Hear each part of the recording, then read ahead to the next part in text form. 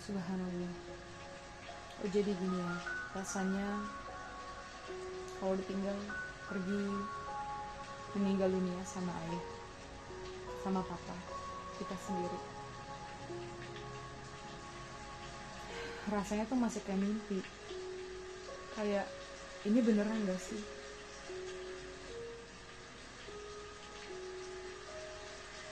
Rasanya beberapa kejadian beberapa pekan terakhir ini emang benar-benar kalau dicoba flashback kayak puzzle ya.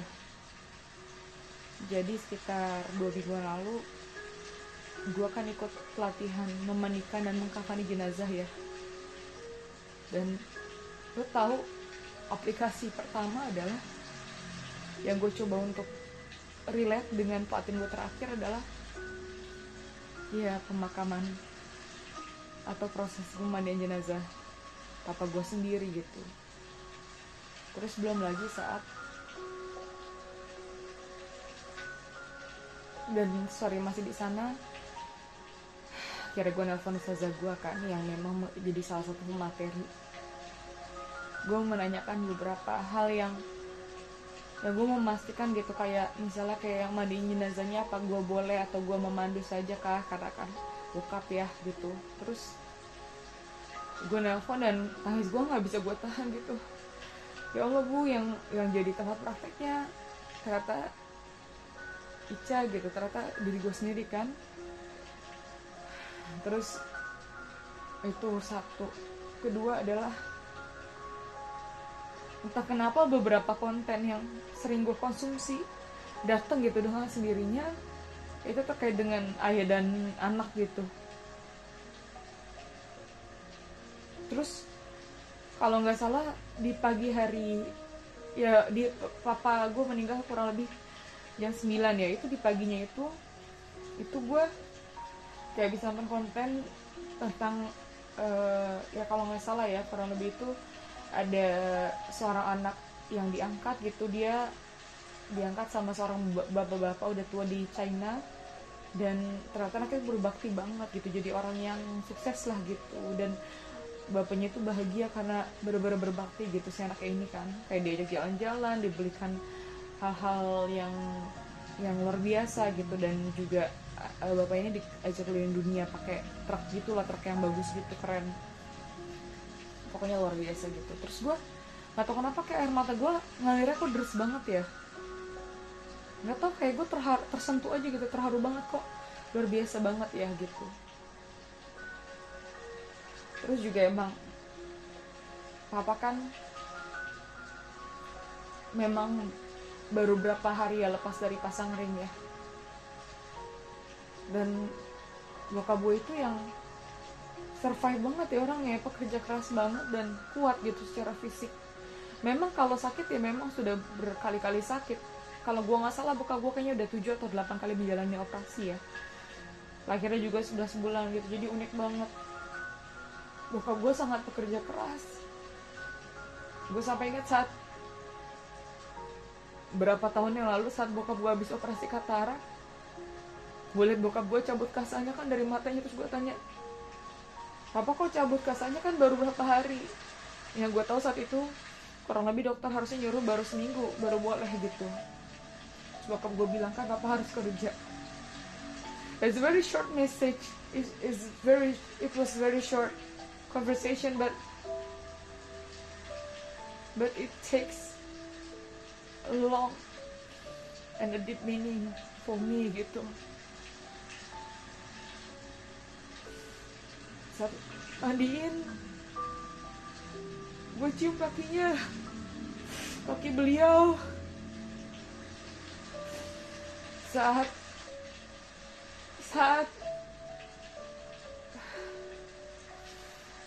melihat beliau di rumah sakit, karena langsung buru-buru kan di ambulan itu. Ya Allah, gue shock. Kayak ini bener apa enggak sih? Gue di prank gak sih? Apa pada bohong ya? Terus gue cium aja ya gue. Papa tuh mukanya kayak lagi tidur, wajahnya bersih, Bahkan beberapa bilang kayak senyum gitu, ini senyum nih. Ternyata gini ya rasanya, nggak ada orang tua tuh, bukan orang tua, astagfirullah, maksudnya papa gue nggak ada rasa tuh gini rasanya. Kayak mimpi, kayak beneran gak sih ini gue di prank gak sih.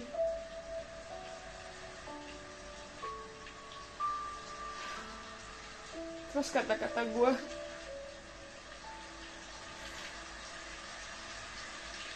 baik saat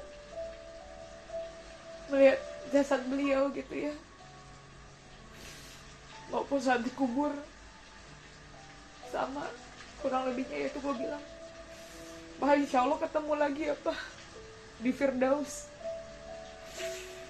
Gue mau usahain, gue mau minta sama Allah surga tertinggi, kan boleh kan? Bapak gue ada banyak karyanya untuk umat, untuk masyarakat, untuk bangsa dan negara. Gue nanya, apa karya gue? Apa yang mesti gue lakuin untuk bisa bikin papa gue itu semakin nyaman di kuburnya, di barzah sana, dan papa gue bisa dapat kapling surga tertinggi. Itu surga tertinggi itu Jannah Firdaus ya, surga Firdaus. Gimana caranya? Nah gue langsung mikir, aduh gue harus wakaf apa, gue harus beramal apa, gue harus punya modal alokasikan kayak gimana untuk ini semua gitu. Ini masih kayak mimpi. Kita juga masih mikir kayak bagaimana ngurusin harta, membayarkan hutang almarhum gitu ya. Kita cari tahu apakah almarhum ada hutang atau enggak. Masih banyak yang masih dikerjakan. Gue juga jadi merenung, oh ternyata kalau bisa gue beresin urusan gue sendiri. Gue siapin dana tabungan, kayak mungkin kalau di area Jabodetabek mungkin kayak 10 juta sampai 20 juta kali ya, untuk beli kapling kuburan.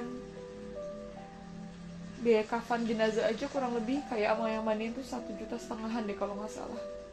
700-an set kafannya gitu, sama yang mandiin gitu-gitu kayaknya 1,5 kalau nggak salah. Beli kapling kuburan sekitar 2,5 sampai 5 jutaan kayaknya. Nggak tahu, mungkin tempat lain beda ya. Tapi kalau gue yang dapat sih gitu, kita di area Tangsel ya. Belum lagi pasang tenda, pesan ambulan, ya mungkin 15-20an, kalau bisa 20 minimal. Gue juga jadi kayak, ternyata ada ya memang betul-betul pemutus dari segala cita-cita kita di dunia, yaitu kematian. Masih kayak mimpi asli, rasanya masih kayak mimpi. Kayak ini gue beneran gak sih? Ya gue dibohongin apa enggak sih? Gue rasa pengen pastiin ini bokap gue hidup kali. Gue perhatiin ke jasadnya, napas gak sih, badannya gerak gak sih. La haula wala quwata illa billah, inna lillahi wa inna ilaihi raji'un. Sekarang tinggal nyokap gue yang ada. Semoga Allah bantu gue dan gue bisa berbakti semaksimal mungkin ke ibu gue. Gue nih banyak dosa.